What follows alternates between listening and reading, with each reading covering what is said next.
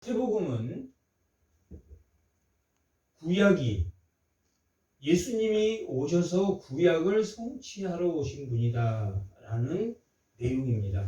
그래서 같은 내용이라도 구성을 유대인들을 향해서 하나님의 말씀을 1.1획도 틀리지 않게 이행하러 오신 분이다. 너희들이 알고 있는 율법을 너희들은 행동으로 지키지만 예수님이 이 땅에 온 것은 그것을 이루시고 성령을 너희에게 보내심으로 그것을 뭘로 지키게 하려고 하는 것이다. 마음으로. 나는 살인하지 않았으니까 나는 됐어. 그게 아니라 살인의 시초인 미워하는 것에서부터 그것이 살인이다. 그것이 1.1획도 틀리지 않게 하는 것이다.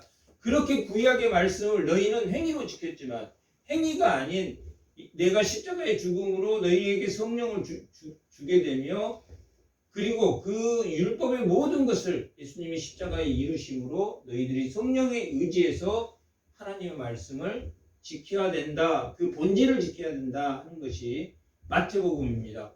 마태복음은 구약의 말씀을 성취하러 왔다. 그 다음에 마가복음은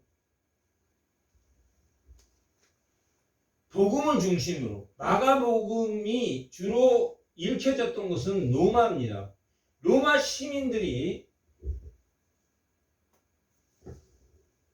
구약의 역사보다는 마태복음이 구약의 역사를 성취하러 오신 분이 예수님이라면 마가복음은 예수님의 행위, 예수님의 이적, 예수님의 행위를 중심으로 예수님이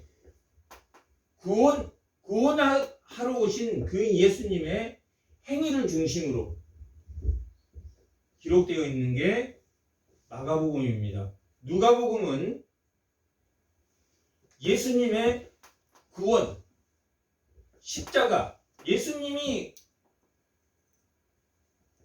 생명을 구원하는 것이 어떤 의미인가? 마태복음은 구약을 성취하러, 마가복음은 행위를 중심으로 하나님의 이적을 중심으로 어떻게 예수님이 행하였는가 하는 걸 중심으로 그렸다면 누가복음은 구원을 중심으로 어떻게 구원받는가 예수님이 어떻게 구원하셨는가 그 행위를 마가복음이 기록했다면 예수님은 생명에 관심을 가지고 구원이 무엇인가 우리가 세상을 아는 것이 아니라 물질을 세상 속에 세속적인 방법으로는 뭘 이룰 수 없다. 생명을 이룰 수 없다. 구원을 이룰 수 없다라는 내용이 누가복음의 내용입니다. 그래서 예루살렘을 향해서 가는 예수님, 마태복음은 갈릴리를 향해서 간 기록이 10개장으로 구성됐다면 누가복음은 예루살렘을 향해서 가시는 예수님, 십자가를 향해서 가는 예수님. 누가복음은 구원, 생명 구원이 무엇인가를 알게 해주고자 하는 내용으로 짜임이 구성이 되어 있습니다. 그리고 요한복음은 뭘 중심으로 했냐면 그분이 누구시다? 예수님이 누구시다? 하나님이시다. 그분이 하나님이시다. 태초부터 계셨던 하나님이시다. 그분이 하나님이시다. 하는 것을 중심으로 요한복음은 그려져 있습니다. 요한복음은 그분이 하나님이시다. 누가복음은 그분의 목적은 구원이시다. 그분이 메시아이신 그 행함을 통해서 우리를 구원하신 마가복음이고 마태복음은 구약의 유대인들 너희들이 하나님 말씀을 지켰다고 하지만 그것을 성취하는 것 1.1획도 틀리지 않게 율법을 지키는 것은 행위로 지키는 것이 아니라 뭘로 지켜야 된다? 마음으로 지키는 것이다 하는 것을 그려내고 있는 게 마태복음입니다. 그래서 마태복음은 5개의 교훈으로 되어 있다고 했습니다. 산상수훈과 제자도와 또한 천국 복음과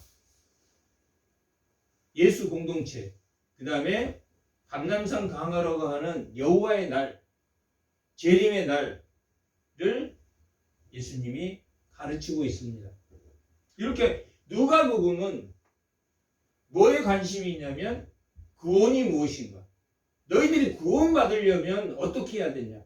오늘 본문의 말씀이 제목이 뭡니까?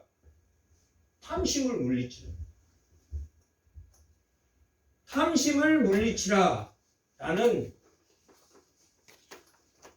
생명을 너희가 구원, 이 누가복음이 어떻게 예수님이 십자가에 죽으신 그 이유가 너희의 구원에 있다. 너희 생명의 구원에 있다. 라는 것을 볼 때 너희가 해결해야 될 것이, 마태복음에서는 유대인들이 해결해야 될 것이 뭡니까? 율법을 바로 해석하는 것.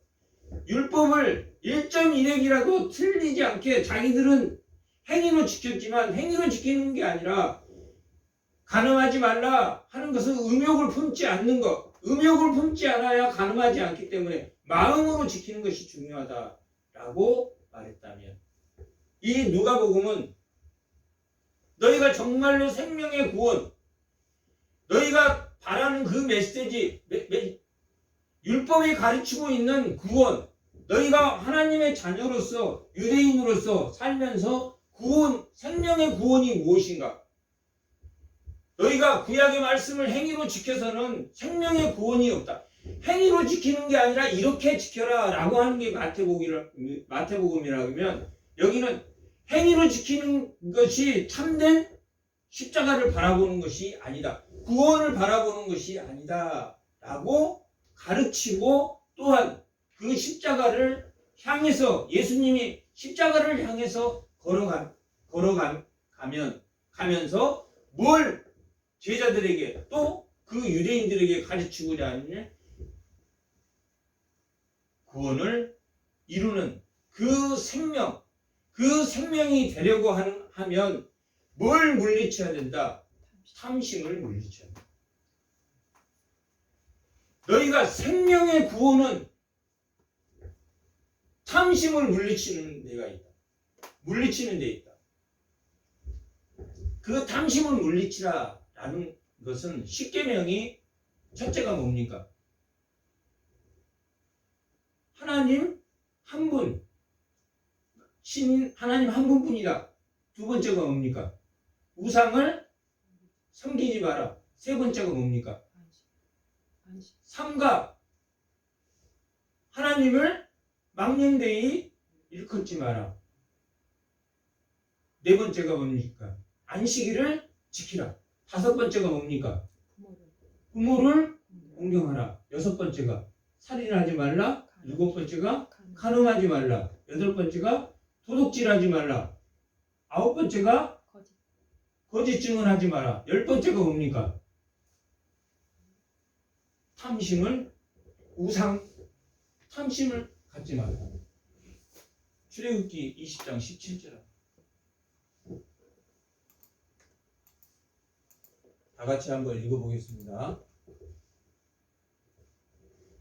내 이웃의 집을 탐내지 말라. 내 이웃의 아내나 그의 남종이나 그의 여종이나 그의 소나 그의 낙이나 무릇 내 이웃의 뭘 하지 말라. 소유를 탐내지 말라. 마지막에는 탐심입니다.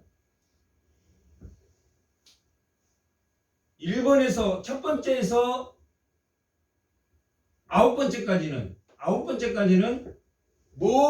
뭘로 지키는 겁니까? 행위로 지키는, 행위로. 그런데 이 탐심은 뭘로 지켜야 됩니까? 마음으로 지켜요. 그래서 이 누가복음은 생명의, 너희가 9가지는 지켰다 할지라도 이 탐심을 못 지키니까, 마태복음에 19장에 나와 있는 부자 청년도 자기 재산을 다 내놔라 하니까 그냥 도망간 것처럼, 그게 소유에 대한 탐심이 있기 때문에 9가지를 행위로는 지킬 수 있지만 이 20장 17절에 있는 탐심은 행위로 지킬 수 없다. 행위로 지킬 수 없음을 고백하고 있습니다. 이 누가복음은 전체적인 내용, 전체적인 구성 내용이 탐심을 버려라. 그것이 뭐다? 그것이 생명구원이다. 그것을 가르치고 있는 게 이 누가복음의 메시지이기도 합니다.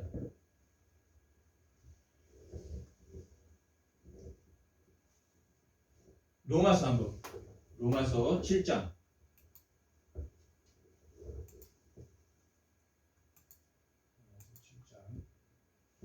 17절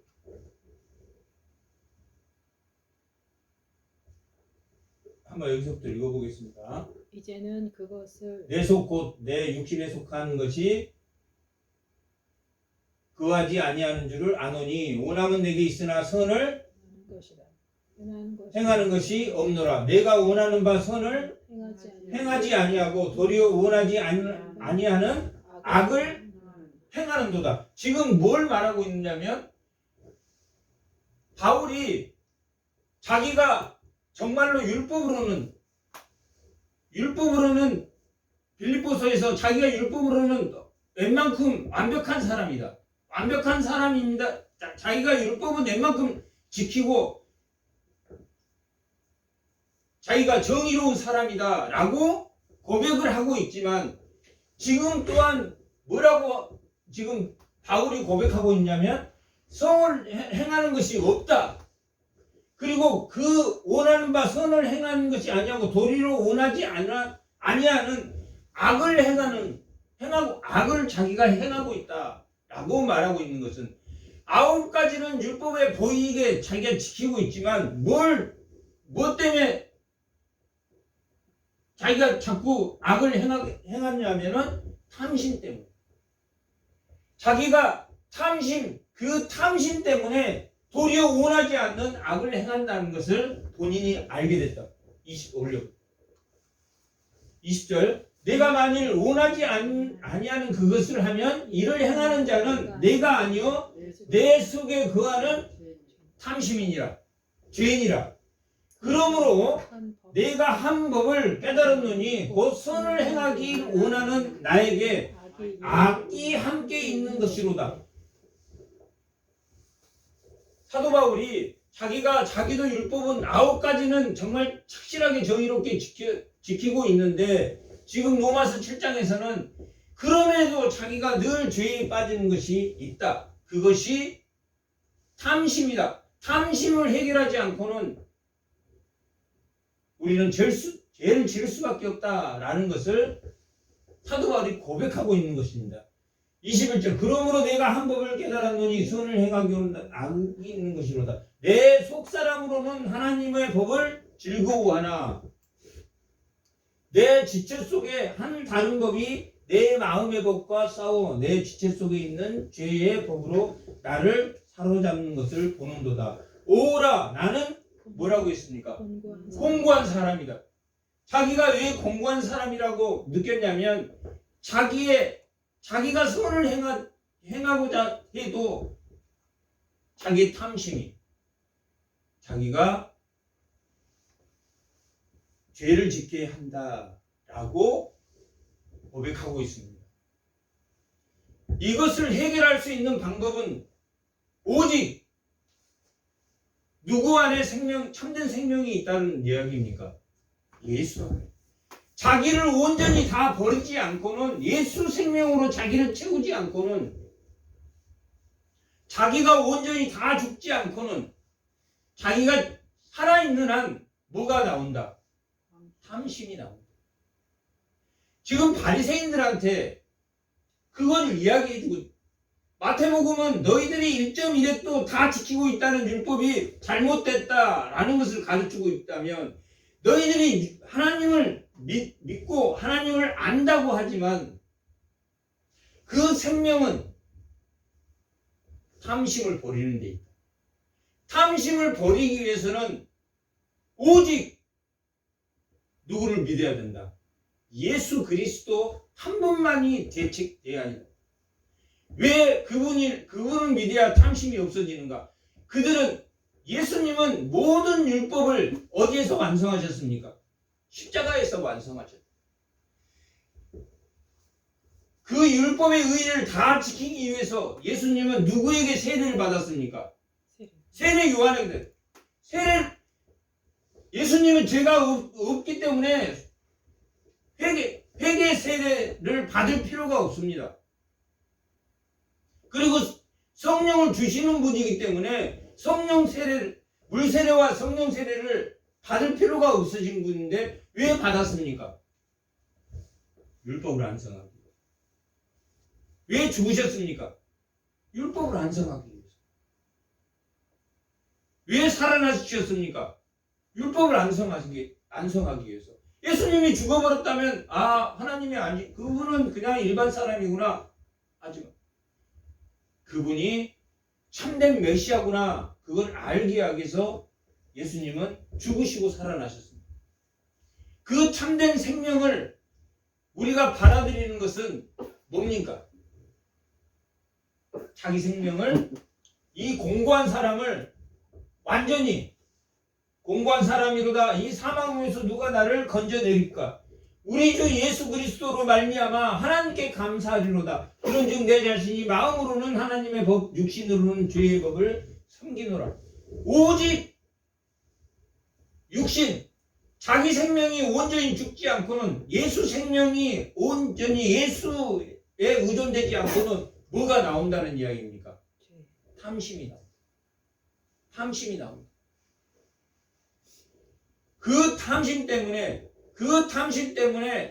거짓 증언을 하게 되고, 그 탐심 때문에 또 음행을 하게 되고, 그 탐심 때문에 도둑질하게 되고, 그 탐심 때문에 부모를 공경하지 않고, 그 탐심 때문에 안식일을 지키지 않고, 그 탐심 때문에 하나님의 말씀을 망령되이 일컫고, 그 탐심 때문에 또 우상을 섬기고, 그 탐심 때문에 하나님의 자리에 누구를 앉혔습니까?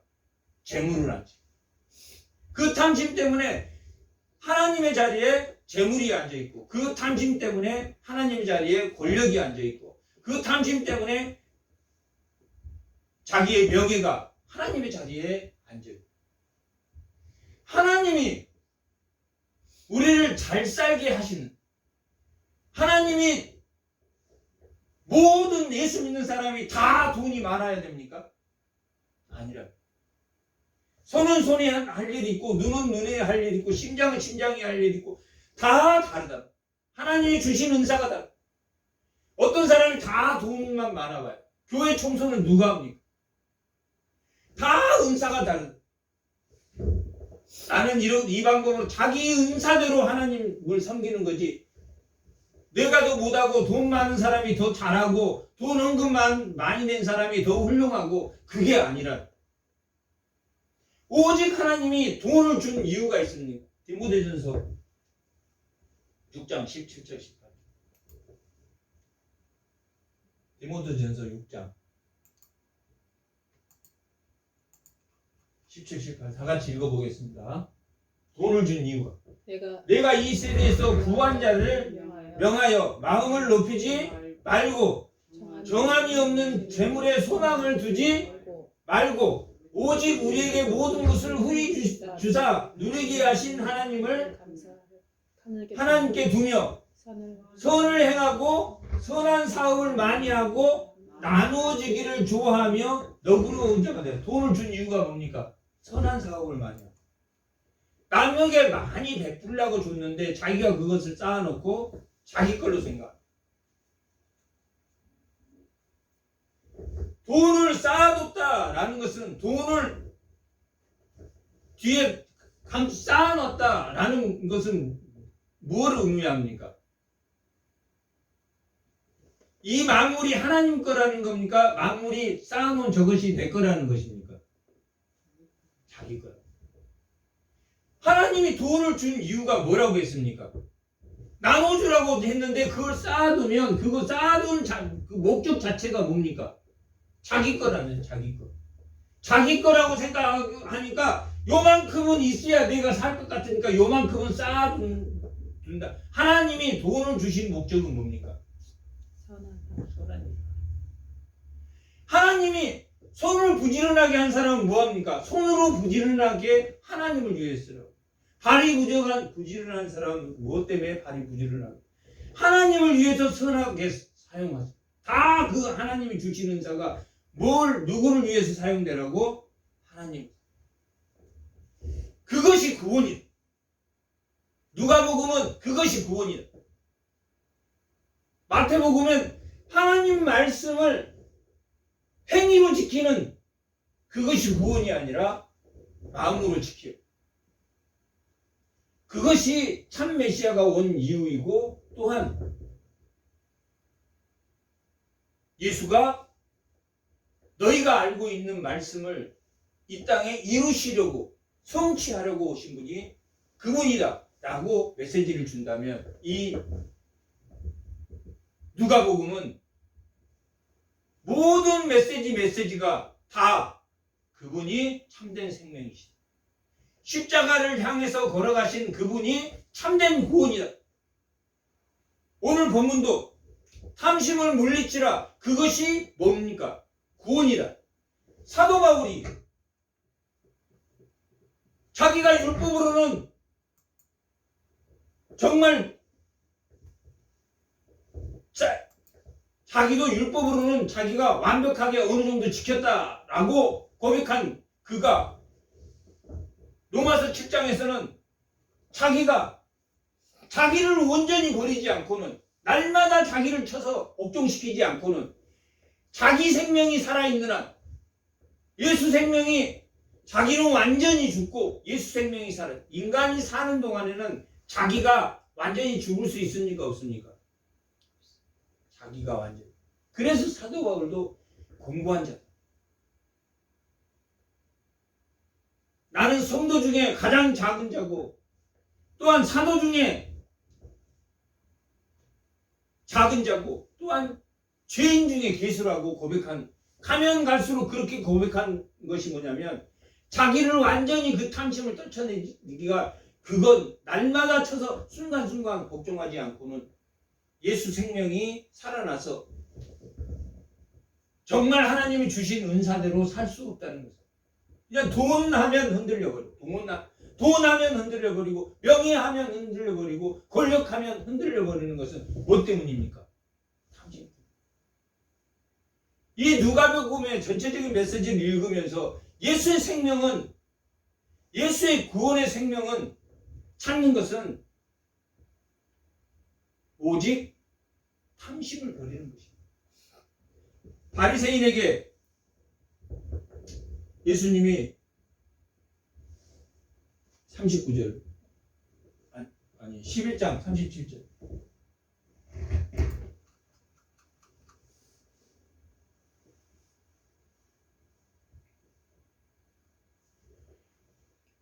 다 같이 읽어보겠습니다. 예수께서 말씀하실 때 한 바리새인이 자기와 함께 점심 사시기를 청함으로 들어가 앉으셨다. 11절. 지금 이 탐심이 우상 숭배다, 너희들이 탐심을 물리쳐라 라고 그렇게 말하고 있는 데에는, 그 전에 무슨 사건이 있었냐면은, 예수님이 많은 무리를 가르치고 병자를 낫게 하고 그런 이적을 행함으로 많은 사람들이 예수님을 따라왔습니다. 그런 차에 바리새인이 예수님이 너무 사람들이 많이 따라오는데, 예수님도, 이 바리새인도 예수님이 신기하기도 하고 해서 따라와서 예수님에게, 예수님 저희 집에 가서 같이 점심 먹기를 청했어요. 예수님이 오케이. 그런데 예수님이 들어가서 잡수시기 전에 손을 씻지 아니했어요. 유대인들이 당시에 왜 손을 씻어야 되냐면, 정결의식으로 씻어야 되냐면, 하나님의 거룩한 성물관에 여기에 뭐가 묻었다고 생각합니까? 부정한 것, 때나 기름이나 오염을 씻어내야지 하나님이 주신 것을 맛있게. 그 정신은 좋습니까? 나쁩니까? 얼마나 좋아요.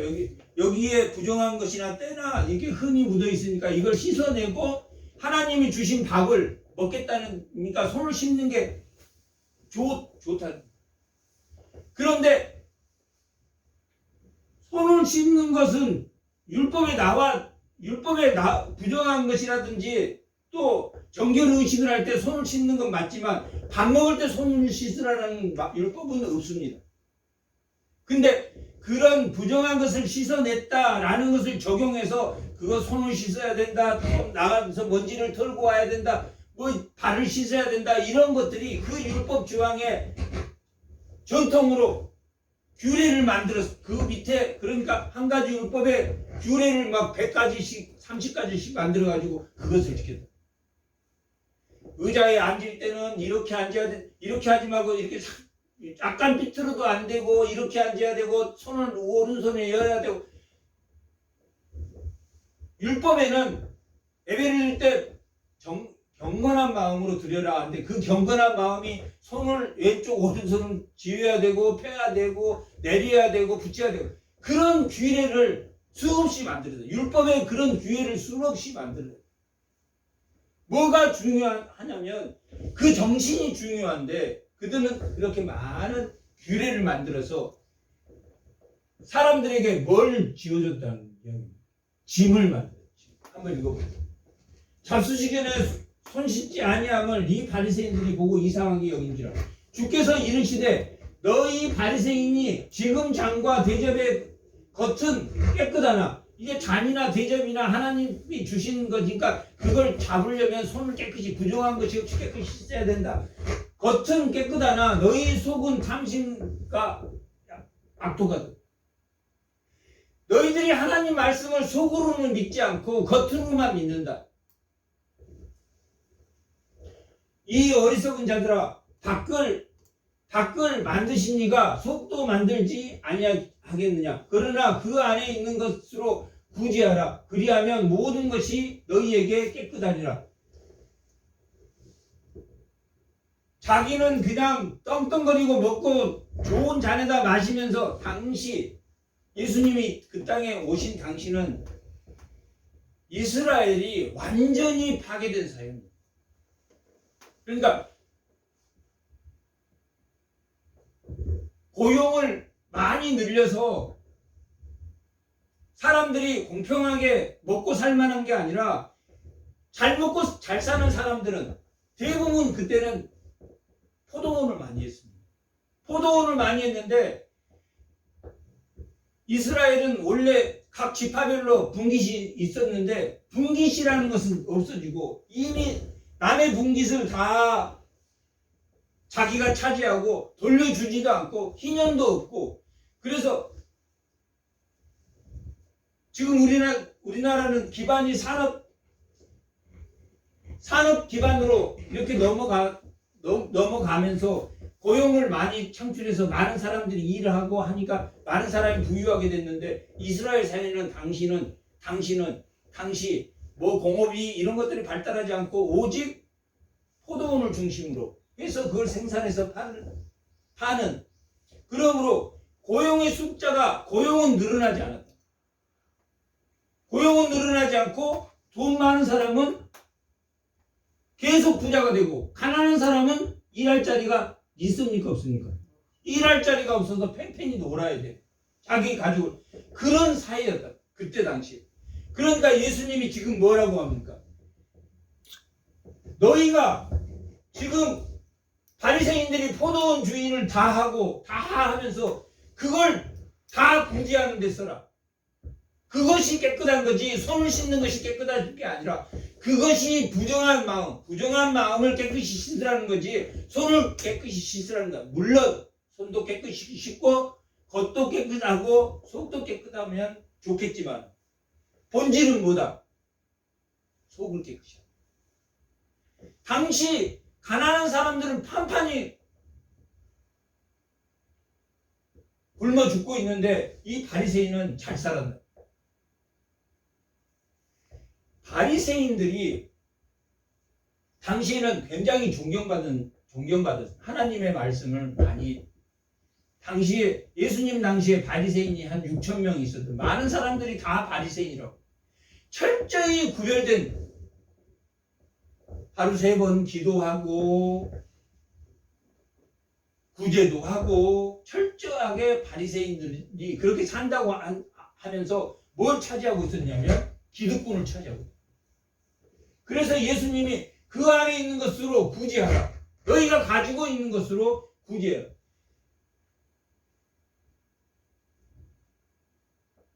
마태복음 20장에는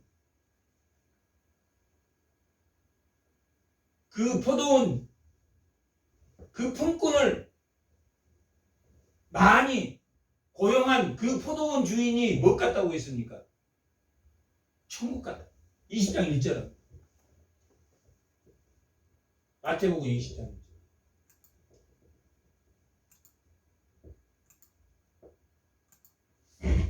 천국은 마치 품꾼을 얻어 포도원에 들여보내려고 이른 아침에 나간 누군가.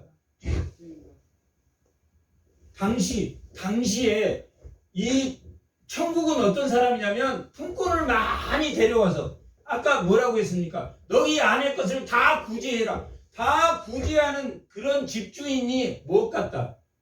천국 같다.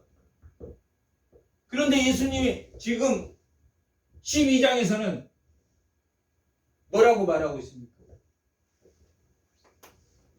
너희 것을 다 나누어줘. 다 나누어줘라. 그렇게 지금 말하고 있습니다. 누가복음 11장 41절. 아니 11장 41절. 지금 뭐라고 말하고 있습니까?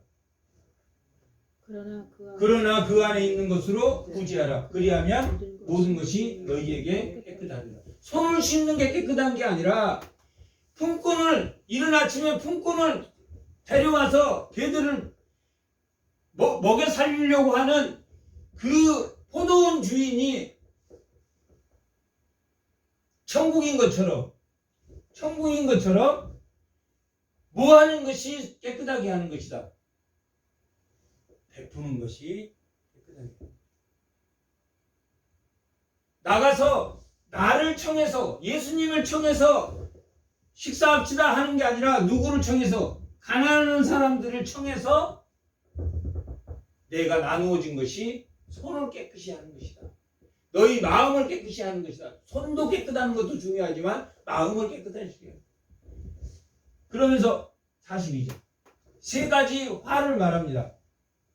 화 있을진저 너희 바리새인들아 너희가 박하와 운양과 모든 채소의 11절. 여기는 박하와 운양과 채소의 11절은 뭐냐면 장사하는 사람들이 물건 살 때 그 장사하는 사람이 가난한 사람들이니까 장사하는 사람이 11조를 제대로 하지 않을까 봐서 11조를 모든 채소의 11조는 들이되 공의의 하나님에 대한 사랑은 저버렸다. 그러나 이것도 행하고 저것도 버리지 말아야 된다.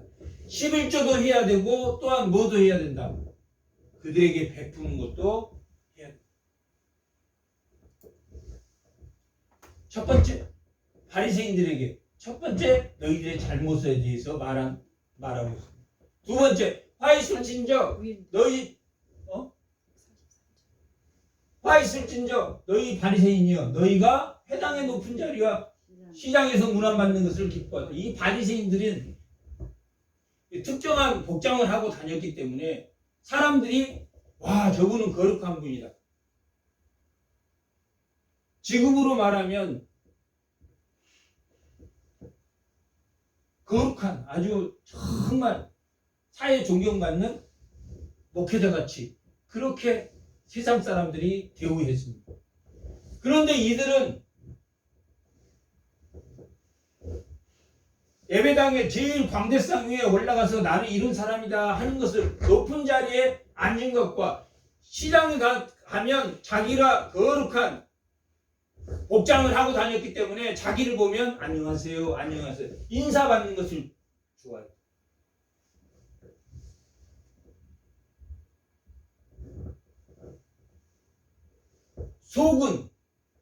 속은 그 이른 아침에 품꾼을 데리러 나간 포도원 주인 같지 않으면서 속은 자기는 잘 먹고 잘 살면서 남에게 베풀지는 않으면서 뭐 하는 것만 했다.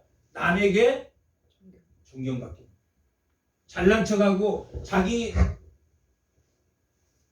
자기를 높여주는 그거에 이걸 뭐라고 말합니까? 성경에서는 외식이다. 외식한 것은 외식했다라는 그 의미는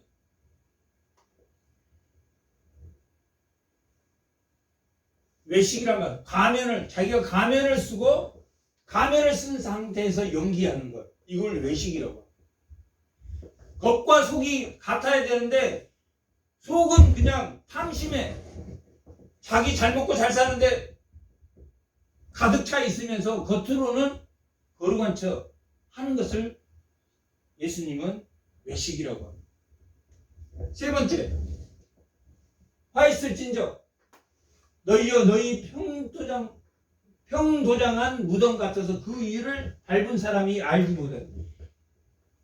이스라엘은 바위산이 많아서 시체를 묻을 때 땅을 깊이 못 팝니다. 그래서 조금 파서 묻어놓으면 거기에다가 해치를 해놓으면 사람들이 아 여기 무덤이구나 그걸 안 받고 가야지 부정한 사람이 그걸 만약에 받고 간다든지 하면은 3일 정결의식을 해야 되기 때문에 그들이 그걸 안 밟고 가야 되는데 그들의 마음은 사람의 시체처럼 부패하고 겉으로는 거룩한 척했다라고 예수님이 이 바리새인을 지적하고 있습니다.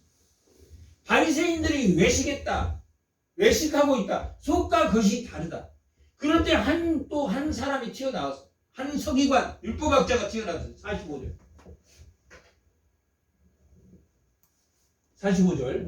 한 율법교사가 예수께 대답하여 이르되 선생님 이렇게 말씀하시니 우리까지 모욕하십니까? 바리새인들에게 야 너희는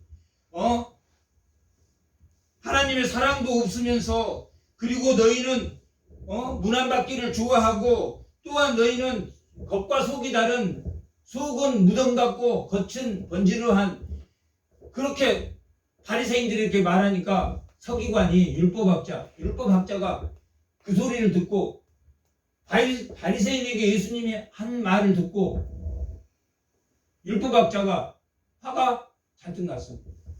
아, 우리를 모욕하십니까? 그렇게 물어봐요. 그러니까 예수님이 십자가를 향해서 걸어가면서 제자들에게 가르치고 생명의 구원이 뭔가를 가르쳤을 때 두 사람이 나타나는데 하나는 누굽니까? 바리새인. 또 하나는 누굽니까? 율법학자가 나타나. 첫 번째 사람에게는 예수님이 너희가 하나님의 사랑을 버렸도다.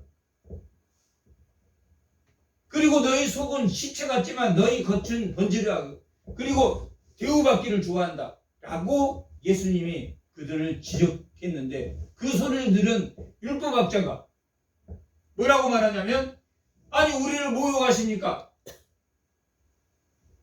그렇게 합니다.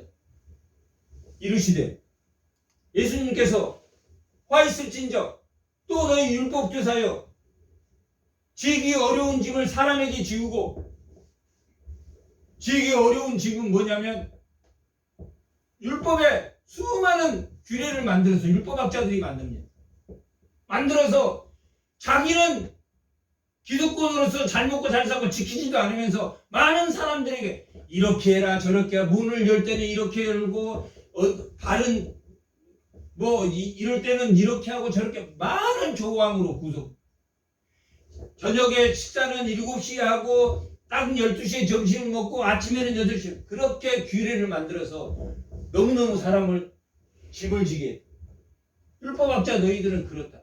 그러면서 본질은 지키자. 지우고 너희는 손가락 하나 그 짐을 지지 않는다. 47절 화 있을진저 너희는 선지자들의 무덤을 만든 자도다. 그들을 죽인 자도 너희 조상이다. 이 율법학자들이 선지자를 하나님의 말씀을 예언하는, 그 예언이 틀렸다, 하나님 말씀은 그렇게 되지 않았다 해서 그 예언자들을, 에레미야를 죽였고 수많은 선지자들을 죽였다. 그렇게 죽였다. 하나님의 말씀을 죽인 자들이다. 율법학자들이 너희들이 하나님 말씀을 가르친다고 하지만 너희들이 하나님 말씀을 죽였던 자들이다. 너희 조상도 이와 같이 그들을 죽이고 너희 무덤을 만드니 너희가 너희 조상 행한 일의 증인이 되어 옳게 여기는도다. 이러므로 하나님의 지혜가 일렀으되 내가 선지자와 사료들 그들에게 보내리니 그 중에서 더러는 죽이며 또 박해하리라. 하나님의 말씀을 죽인 자들이 너희다. 하나님의 말씀을 지키지 않다. 율법학자나 바리새인들에게 그것 지적하고 있습니다. 12장 1절. 그것이 뭐냐? 지금 바리새인과 서기관에게 말하고 있는 것이 뭐냐면 누룩이다. 외식하는 것이다. 그동안에 물이 수만 명이 모여 서로 밟힐 만큼 되었더니 이게 예수님이 이제 많은 공생의 이적을 행하였으므로 아픈 사람 밟힐 정도로 예수님을 따르다. 그것도 몇만 명이라고 그랬습니까? 수만 명. 수만 명이 예수님을 따라가요. 만큼 되었더니 예수가 먼저 제자들에게 말씀하여 이르되 바리새인들의 누룩을 조심해라. 제자들에게 뭘 조심하라고 조심하라고 말했습니까? 누룩을 조심. 그것이 외식이다. 그 누룩이 외식이고 그 누룩이 외식이고 그 누룩이 오늘 우리가 본문에서 말하고 있는 뭡니까? 탐심입니다. 바리새인들이 그렇게 화 있을진저 자기 말씀을 하나님의 사랑을 버린 것은 무엇 때문입니까? 탐심 때문에. 오늘 본문이 탐심. 그들이 누룩은 빵에다 여면 빵이 어떻게 됩니까? 부풀어. 누룩이 있기 때문에 죄가 부풀러 오라. 그래서 율법학자는 누구를 죽였습니까? 선지자를 죽였다. 그리고 하나님 말씀을 죽이는 자들. 그것이 외식이다. 속에는 다른 얼굴을 하고 앞에는 가면을 쓰고 있는 것이 외식이다. 그것이 탐심을 물리치는 것이다. 11장 37절부터 시작해서 오늘 본문까지 그 내용이 연결되어 있습니다. 그렇게 누룩이다. 하나님의 말 사랑이 없는 자들이다. 또한 많은 짐을 만들어서 규례를 만들어서 많은 사람들에게 짐을 지어주는 자고 하나님 말씀을 애곡해서 하나님의 말씀 그 자체를 마음으로 지키는 것보다 행위로 지키게 하는 많은 짐을 지게 해준 자가 율법학자다. 그것이 외식이고 그것이 누룩이다. 그리고 그것이 탐심이다. 오늘 본문 13절 12장 13절 이거 무리 중에 한 사람이 이르되 선생님 그 많이 따라다니는 그 무리 중에 한 사람이 그 무리 중에 한 사람은 뭘 봤습니까? 바리새인에게 한 말, 율법학자에게 한 말, 그리고 제자들에게 누룩을 주의해라 라고 한 말을 들었던 한 사람이 듣고 보니까 우리 형도 율법대로 했는데 이것도 뭔가 잘못되지 않았냐? 장자에게 신명기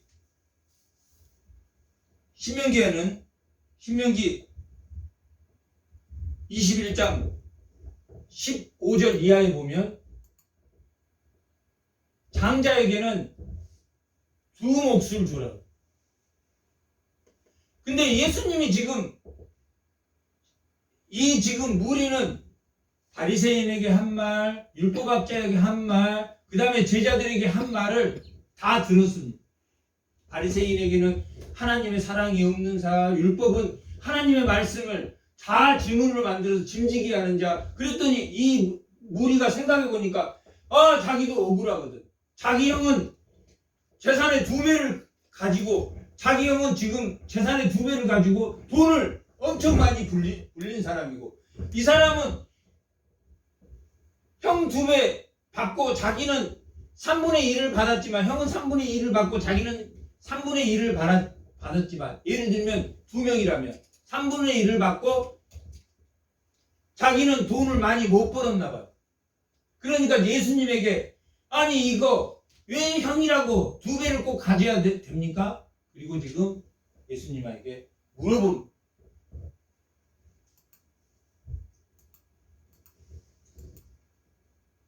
13절 무리 중에 한 사람이 이르되 선생님 내 형을 명하여 유산을 나누게 하소서. 형 2배로 받았는데 이건 뭔가 율법이 잘못된 거 아닙니까? 그렇게 지금 따지고 있어요. 그랬더니 예수님이 뭐라고 말하냐면 지금 누구누구가 등장합니까?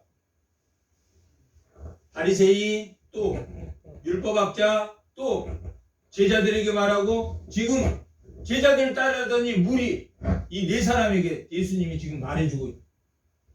이 무리 중에 한 사람은 왜 형이 돈을 더 많이 가져야 됩니까? 라고 물어봐요.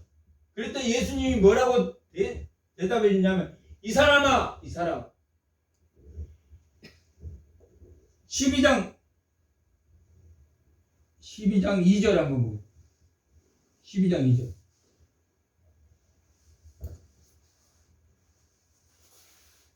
12장 4절 다 같이 한번 읽어. 내가 내 친구 너희에게 말하느니 뭐라고 불렀습니까? 내 친구라고 호칭을 내 친구라고. 내가 내 친구 너희에게 말하느니 지금 제자들을 자기의 친구라고 예수님이 호칭을 해요. 제자를. 그런데 여기 13절 뭐라고 부릅니까? 무리 중에 한 사람이 이르되 선생님 내 형을 명하여 나누소서 하니까 이르시되 뭐라고 부릅니까? 이 사람. 이 사람이라고 부르는 이 호칭은 누구에게 하느냐면 지금 현재는 종에게도 쓰지 않는 용어입니다. 이 사람, 야 이런 호칭은 지금은 종업원에게도 쓰면은 당장에 나가버려요. 근데 예수님이 이 사람이라고 말해요. 이 사람. 이 사람아. 그러니까 야, 너 아직 멀었다. 너는 아직 예수님 따라다니는 제자에게는 내 친구라고 호칭했는데 이 사람아 라고. 너 아직 나를 하나님을 알기에는 너 아직 따라다니는 것은 하나님에 되게 관심이 많은 사람들입니다. 아예 따라다니지도 않는 사람이 있습니다. 이 사람아, 누가 너를 너희 재판장이나 물건 나누는 자로 세웠느냐? 하나님이 예수님이 뭐하러 오신 분입니까? 예수님이 이 땅에 뭐하러 오신 분입니까? 누가복음 뭐 때문에 썼다고 그래요? 생명을 구원하기 위해서. 예수님이 생명을 구원하는데 목적이 있는데 지금 이 형 재산을 저에게 좀 나눠주게 해줄 때 이 사람 목적은 뭐가 있습니까? 생명 구원에 있습니까? 돈에 있습니까? 돈에 환장이 있죠. 예수님에게 구원을 받기 위해서는 어떻게 해야 됩니까? 그렇게 물어봐야 되는데 형 돈 율법이 형을 더 돈을 많이 주게 한 그 잘못되지 않았습니까? 저는 지금 가난하고 어렵고 형은 잘 사는데 그 돈. 그래서 예수님이 뭐라고 말합니까? 내가 너희 재판장이나 물건 나눠주는 사람이냐? 내가 너희 복 주는 사람이냐? 복은 예수님이 말하는 복은 뭡니까? 예수님이 말하는 생명. 예수님의 복의 근원은 생명 근원에 있는데 이 사람들이 예수님을 이용하는 예수님이 돈 주는 사람, 예수님이 자기 명예를 올려주는 사람, 제자들이 예수님이 나는 십자가에서 죽을 거야 라고 3번 공개할 때마다 뭐가 일어났습니까? 예수님이 나는 죽어야 돼, 나 예루살렘에 가는 이유가 죽어야 돼 라고 죽음을 3일 후에 다시 살아날 것이다 라고 공지했을 때 그들은 누가 크냐? 내가 더 크다. 예수님이 예루살렘 가서 다시 살아나시면 이제 왕이 돼가지고 호화롭게 살 생각으로 그 제자들이 서로 누가 크냐, 그 공지할 때마다 누가 크냐로 싸움이 일어나. 예수님은 뭐에 관심이 있습니까? 생명 구원. 예수님은 생명 구원에 관심이 있는데 얘들은 지금 사람들은 뭐에 관심이 있습니까? 외식하는 거, 탐심에 관심이 있다. 탐심에 관심이 있는 한 구원이 이루어진다, 이루어지지 않는다. 돈 욕심 나는 그냥 필요한 만큼만 그걸 하려고 하지만 그렇게 말은 해도 그 돈 욕심을 가지는 한 뭐가 없습니까? 구원은 없다. 누구에게 지금 말하고 있습니까? 바리새인에게 이야기하고 율법학자에게 이야기하고 3번째 제자에 이야기하고 또 그 무리 중에 예수님께 관심이 있는 한 사람이, 모든 사람이 차별이 없다고 했으니까 하나님 공평하게 나눈 게 맞습니까? 예수님이 형에게 이야기해서 돈을 좀 공평하게 나누게 해주세요. 그렇게 했다. 다 바리새인이나 율법학자나 제자들이나 이 무리 중 한 사람, 뭘 제거해야 된다? 탐심.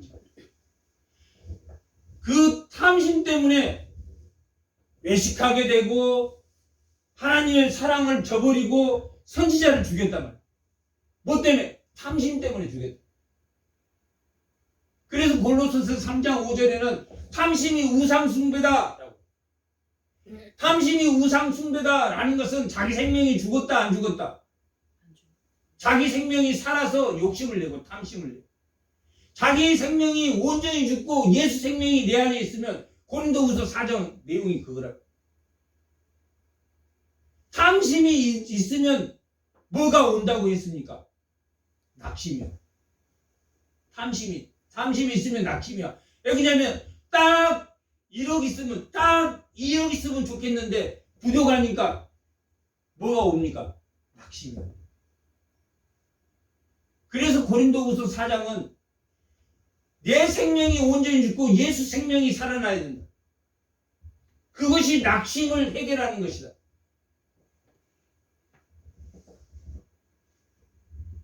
하나님을 뭘로 옵니까?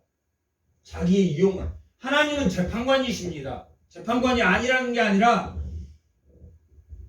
뭘 재판하냐면 구원의 생명을 얻을 것인가 안 얻을 것인가 거기에 관심을 갖는 것을 재판합니다. 공의와 정의를 재판합니다. 악과 선을 재판합니다. 하나님은. 그래서 구원과 심판이 있습니다. 그런데 자기 욕심을 채우려고 누구를 지금 이용합니까? 하나님을 이용합니다.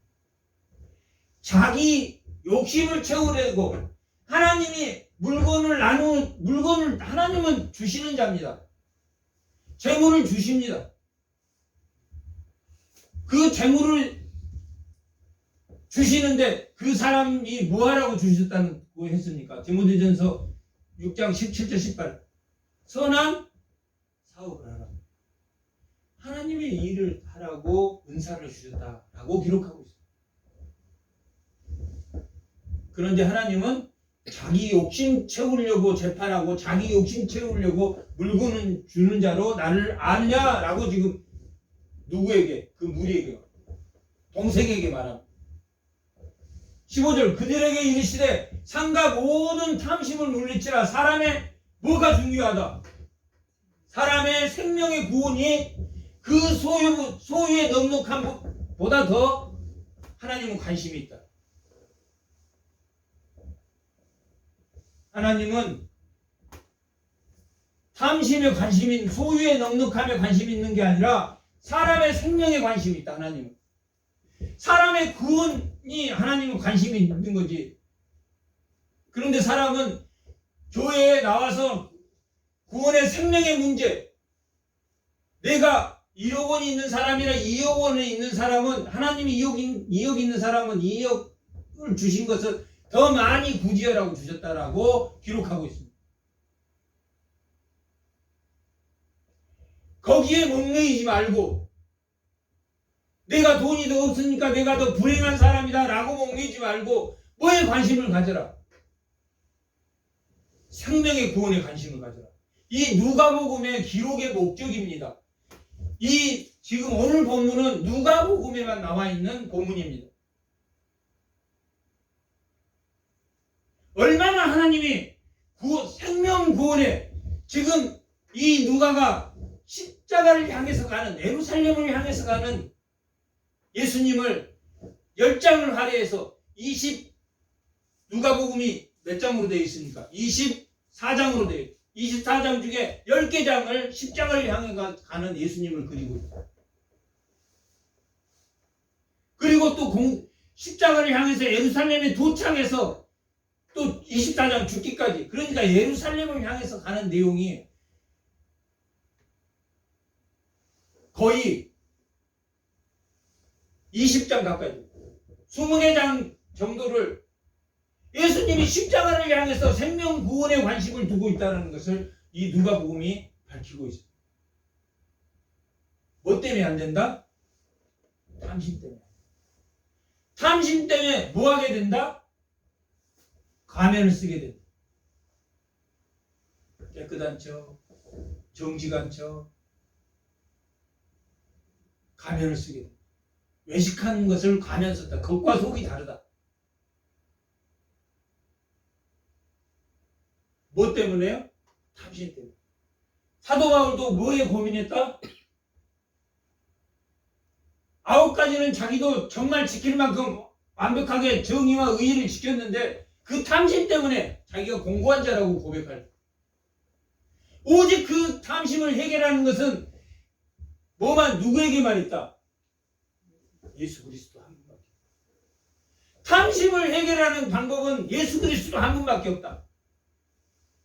예수 그리스도 한 분밖에 없는데 누가 죽어야지 그 예수가 내 안에서 생명으로 살아납니까? 자기의 탐심이 죽어야. 자기가 죽어야지 예수 생명이 들어와서 완전히 변하게 된다. 변하고. 인카네이션, 예수님이 말씀해서 성육신, 인간의 모습으로 변한 것처럼 예수를 믿으면 우리도 인카네이션 돼서 산제물을 드리게 된다. 산제물로. 변화된, 완전히 바뀌었다. 예수 믿은 성도다. 그러면 완전히 바뀐 것을 말합니다. 바뀐.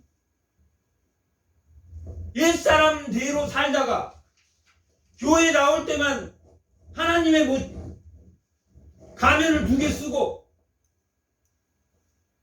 누가 그랬습니까? 율법학자가 그랬고 바리새인이 그랬다. 그리고 이 지금 동생이 그러고 있다. 얼마나 좋은 말입니까? 동생이 형 재산 많으니까 나눠줘라.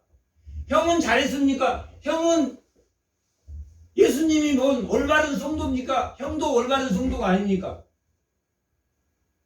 올바른 성도가 아니에요. 돈을 준 목적이 뭐라고 그랬습니까?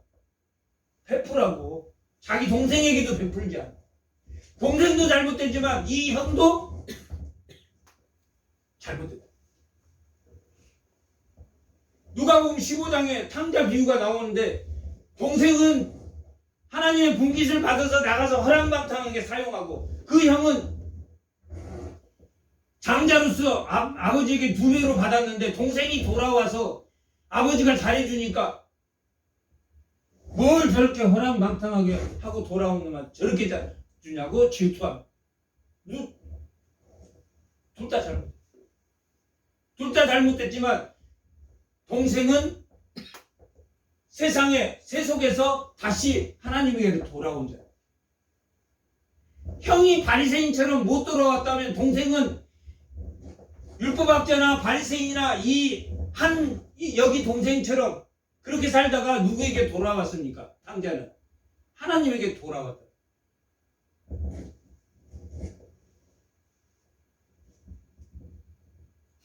16절.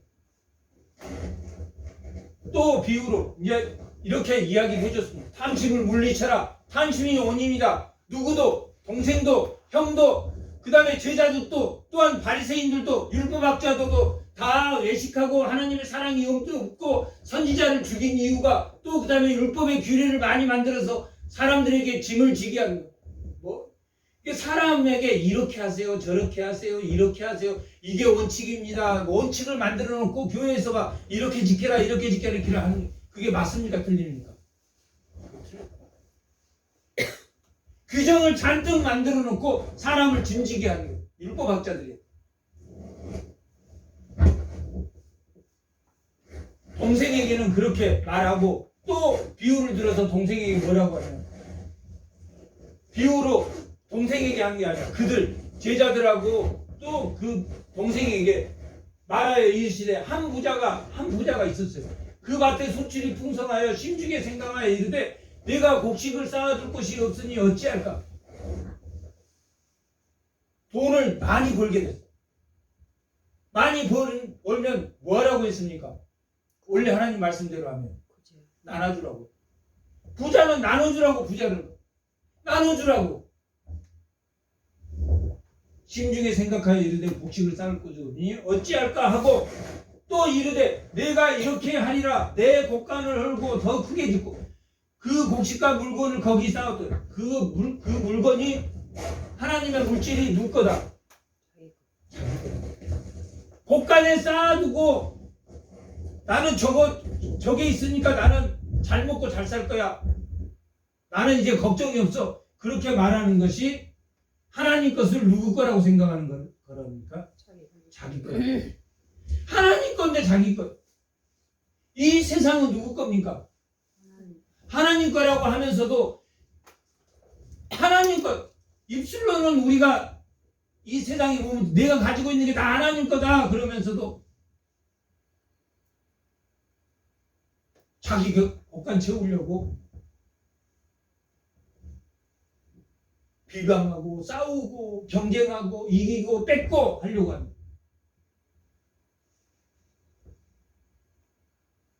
또 내가 내 영혼에게 이르되 그 부자가 자기 자신에게 말해. 여기 이제 내가 나 11번이나 사용합니다. 구약에서 느부갓네살이 제국을 만들어 놓고 나 하다가 바벨론이 무너졌습니다. 하나님이 막대기로 사용한지 모르고 내가 이 제국을 세웠다. 내가 이렇게 했다. 그러다가 멸망했습니다. 내가 내 영혼에게 이르되 영혼아 여러 쓸 물건을 많이 쌓아뒀으니 평안히 쉬고 먹고 마시고 즐겁게 됐죠. 이게 지금 누구 겁니까 지금? 자기 거. 하나님 것을 자기 거라고 지금 말. 20절 하나님은 이르시되 어리석은 자야 어리석은 자야 오늘 밤에 내 영혼을 도로 찾으리지 그러면 내 준비한 것이 누구 것이 되겠느냐 하시니라. 죽으면 물질은 아무 소용이 없다. 뭐만 소용이 있습니까? 뭐만 하나님에게 꽂은 거. 하나님에게 꽂은 거. 마태복음에서 어디에 보물을 쌓아두라고 했습니까? 하늘에. 좀도 먹지 않고 도둑도 들지 않는 하늘에 쌓아두는 그것만 남는 것이다. 하늘에 쌓아두는 것은 어떤 것이 하늘에 쌓아둔 것입니까? 남에게 지극히 작은 자. 마태복음 25장에서 말하는 지극히 작은 자에게 한 것이 누구에게 한 것이다? 하나님에게 한 것이다. 지극히 작은 것, 내가 지극히 작은 자에게 내가 뭘 할까 그 생각만 하고 하루 종일 살아야 되는데 내가 어떻게 먹고 어떻게 입고 어떻게 마실까만 매일매일 생각하면 탐심에 찌들렸어. 탐심에 찌들려. 그러면서도 바리새인이 알았습니까? 몰랐습니까? 몰랐어. 자기 하나님 말씀 잘 지키고 살았다. 율법학자가 알았습니까? 몰랐습니까? 몰랐어. 자기가 하나님 말씀 규례를 여러 개 만들어 놓고 교회 올 때 밑에서 신발을 벗고 이렇게 해야 되고 돈을 이렇게 보관해야 되고 이렇게 해야 되고 이렇게 그런 게 없습니다.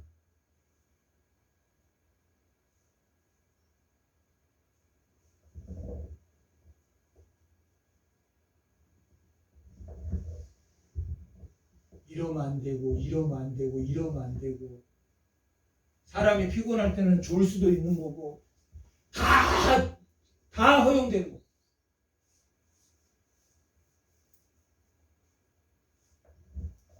인간이 완벽하지 않기 때문에 자기를 위하여 재물을 쌓아두고 하나님께 대하여 부유하지 못한 자가 이와 같다. 자기에게 재물을 쌓고 하나님에게 재물을 쌓지 않아. 하나님에게 재물 쌓는 건 뭐라고 그랬습니까? 지극히 작은 자에게 하는 거. 그것만 하루 종일 생각하시기 바랍니다. 지극히 작은 자를 위해서 내가 뭐라. 그게 하늘에 쌓아둔 오직 하늘에 가서 그것이 생명을 구원하는 일이다. 그것이 생명을 구원. 내 생명을 구원하는 일이 거기에 있다.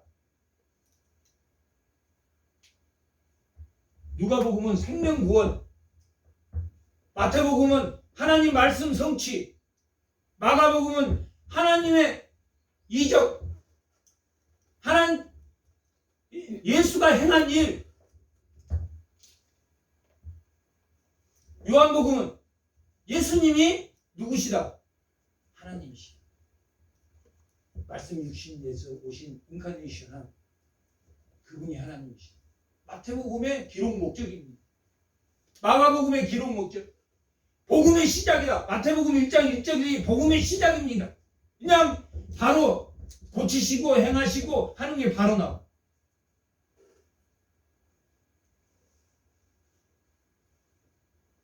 누가복음은 하나님은 생명의 구원자이시다. 그리스도는 생명의 구원자이시다. 거기에 관심이. 그런데 유대인들이나 제자들이나 예수님을 따라다니는 많은 무리들은 뭐에 관심이 있었습니까? 탐심에 관심. 탐심을 없애려면 나 탐심 없게 해주세요. 나 탐심 없게 해주세요. 그러면 탐심이 없어집니까? 그렇게 하는 게 아니라 작은 거에 감사하고. 그래서 작은 것을 누리는 예수님을 내가 알았다 그러면 작은 것을 누리는 능력이 생겼던 거예요. 빌립보서 4장에서 말하는 자족하는 것. 가난할 때 가난에 처하고 부할 때는 부하에 처할 줄도 알고 다 자족할 줄 알아. 작은 것에 만족하는 능력이 생기는 거 예수를 믿는 능력입니다. 작은 거에 감사할 줄 모르면 그 능력이 안 생기면 뭡니까? 탐심. 맨날 공부한 자야. 공부해. 그냥 뭘 해도 힘들고 뭘 해도 고난스럽고. 탐심. 자기를 위하여 재물 하나님에 대해 부여하지 못한다. 성도는 예수의 생명, 예수 생명 구원에 관심이 있는 성도는 바뀌는 것입니다. 뭘로 바뀌는 겁니까? 원래는 뭐에 관심이 있었습니까? 탐심에 관심이 있다고. 예수를 믿으면 뭐에 관심이 생깁니까? 지극히 작은 자. 하늘 곳간에 채우는 거. 맹목적으로 하는 게 아니라 하늘 곳간에 채우는, 하늘 곳간 채우는데 관심이 오직 거기에 관심이. 무엇을 입을까, 무엇을 먹을까, 그거에 관심이 있다 없다? 없다. 아니 저 3세들의 공중에 나는 새도 하나님 먹이시는데 너희를 굶게 하실까 보냐 라고 말하셨는데 맨날 더 잘 살고 더 잘 먹고 더 잘 먹고 잘 살아서 뭐 해줍니까? 죄밖에. 이 성경에서 악밖에 더 그 탐심이 뭘 낙심과 악을 만듭니다. 탐심은 낙심과 악. 그래서 예수와 연합한 자는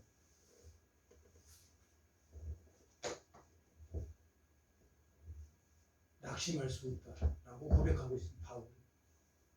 예수와 함께하는 자는, 예수의 생명이 사는 자는 낙심할 수 없다. 공중에 나는 새도 먹이시는 하나님을 믿고 오직 예수 믿는 사람의 관심은 지극히 작은 자에게 베푸는 것. 이 부자 형제를 통해서 이 말하고자 하는 것은 돈에 하나님은 관심이 있는 게 아니라 돈을 준 이유는 하늘의 곡간을 쌓으라고 준 것이다 라고 말합니다. 생명구원에 관심을 가져라. 그 생명구원은 어디서 온다? 지극히 작은 자에게 베푸는 생명이 온다라고 말합니다. 누구에게? 여기 몇 사람이 나옵니까? 바리새인, 율법학자, 제자, 그 다음에 따라온 무리 한 명, 형제에게 그렇게 말하고 있습니다. 생명의 구원이 하늘 곡간을 채우는 일에 하나님은 더 관심이 있다라는 것을 아시고, 하나님이 주신 범위 내에서 하나님이 주신 그 은사대로 하나님의 충성된 주의 종들이 다 되시기 바랍니다. 잠깐 기도하겠습니다.